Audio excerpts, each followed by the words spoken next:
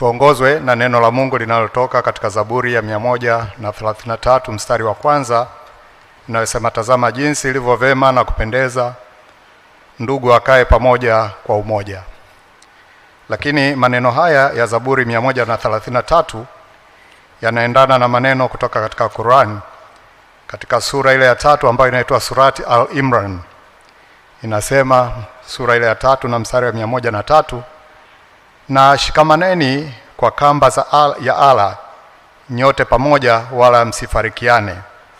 Lakini pia Qur'ani sura ya 49 ambayo inaitwa sura Al-Hujarat, anasema hakika waumini ni ndugu, basi patanisheni ndugu zenu. Basi kwa maneno haya yatuunganishe kama Watanzania, ninaomba kuwasilisha.